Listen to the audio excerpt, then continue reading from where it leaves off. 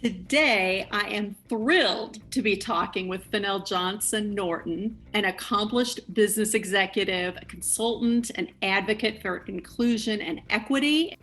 She's running for delegate for House District 100 in the great Commonwealth of Virginia. Welcome to You Can't Beat Blue, Fennell. We're so glad you're here. Thank you. I am so excited to be here. Thank you, thank you, thank you.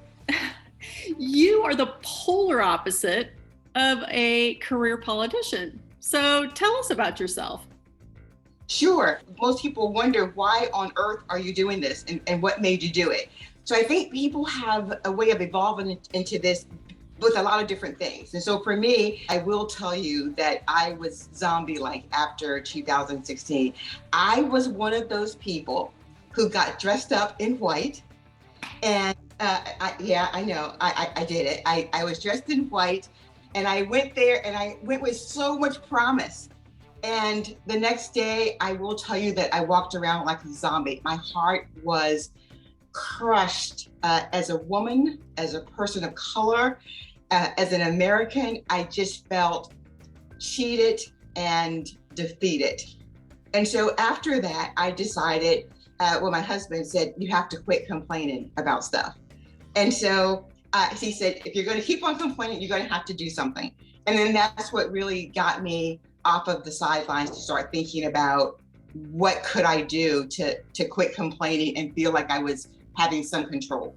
We were not political people who did a terrible lot of volunteering or things like that. But in 2020, I just kept thinking, and I talked to some of my friends and they would say, I'm just not going to do this because I just can't be disappointed. And I, on the other hand, said, you know what, I think I'm going to have to get involved because I can't let this happen and feel like I didn't do anything.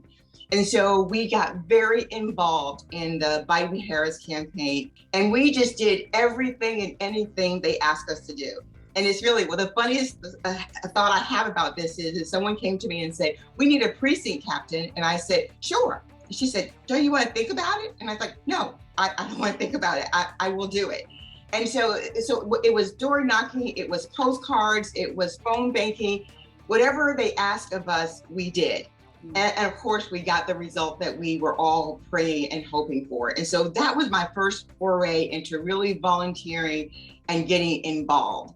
And then after that, I was just sitting back and a lot of things happened. January 6th happened.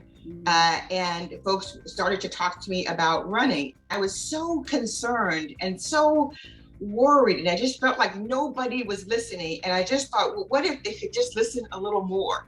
And then I started talking to some folks, and it became more than just a win or more than just running. It came to be about building capacity. It came to be about having a voice and hoping that people would listen. And it came to be about, if nothing else, they should hear what their expectations ought to be for the person in office. These reasons are big enough and important enough for me to do this. And that's how I got here. Well, I wanted to talk about messaging. So Democrats consistently deliver results that help everyone. I mean, particularly marginalized groups, but we don't seem to always be able to know how to talk about our accomplishments. Anat Shenker-Osorio has this saying, sell the brownie, not the recipe. But when I heard you speak last week on that Demcast call, and you talked about your vision, I mean, it was a vision of what broadband infrastructure looks like for real families. I was so inspired and I got it. It clicked. Can you explain the connection between broadband infrastructure and an infusion of the prosperity that would come to your district? It means that many, many people who struggle with healthcare and struggle with instructions when they get home, you come home with a packet this thick and you don't know what to do with it. But just imagine when they come home and someone can follow up with them face to face like us about what they should be doing. I struggle to think sometimes how many people probably get worse off or even pass away because they don't follow good healthcare instructions once they get home because of the complexity. So it helps that. But then just imagine the jobs that become available.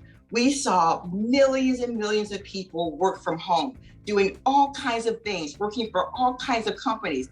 Imagine when you graduate from high school or college here at the community college, and you can go to work for Apple, or you can go to work for Microsoft, Right. or you can go to work for some big bank right here. To me, that means the opportunity becomes so big for a community that struggles with high skilled workers. They don't have the skills necessary to do some of this work. But now just imagine if you can get your training from your computer because it's accessible for you.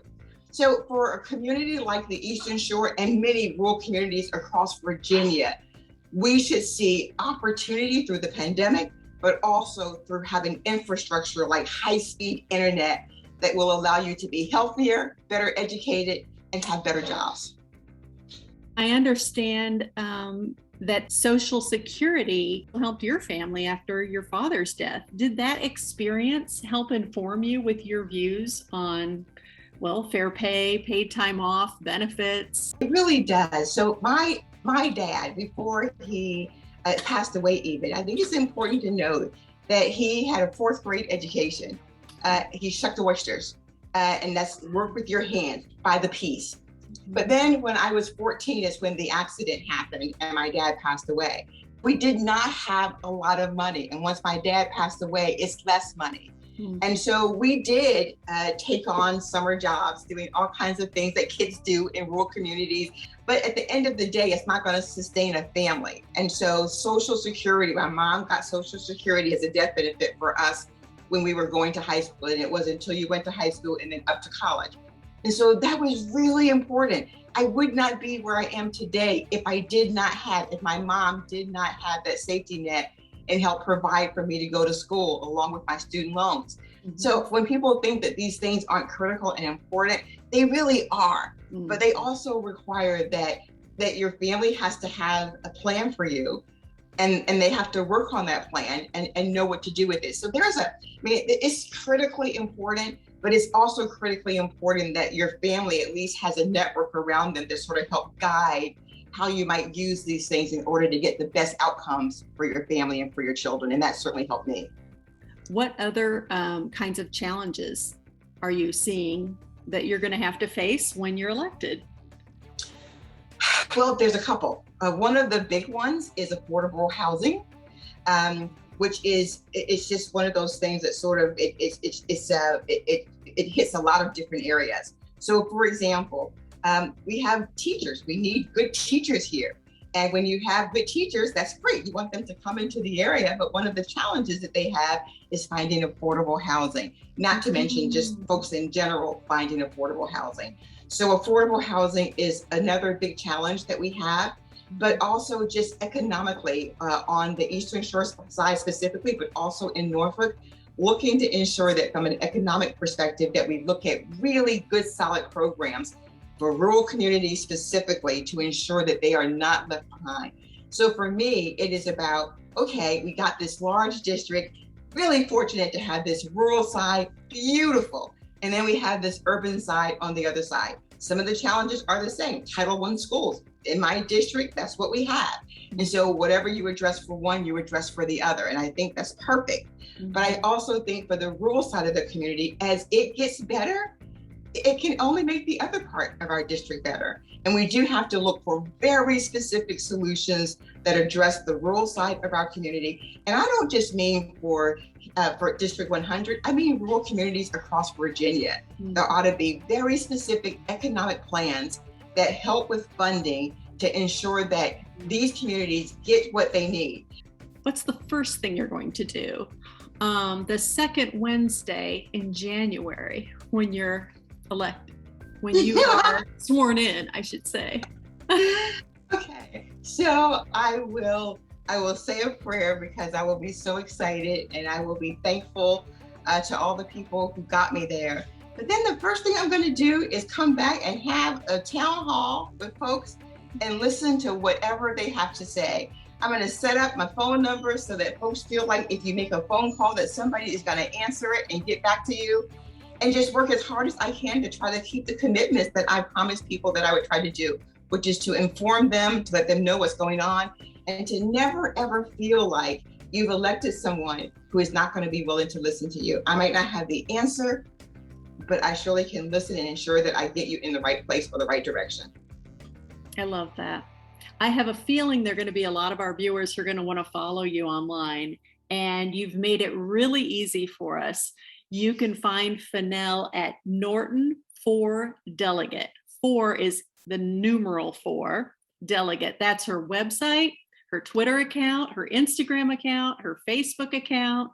Get on there, follow, throw some money her way. Every little bit counts. And this is someone, I mean, I'm rooting for you. I'm so excited. I'm thrilled that you are running, and I know you're going to make a difference. It's been a pleasure speaking with you. Thank you. It was my pleasure. I can't tell you how thrilled I was to be able to have this time with you.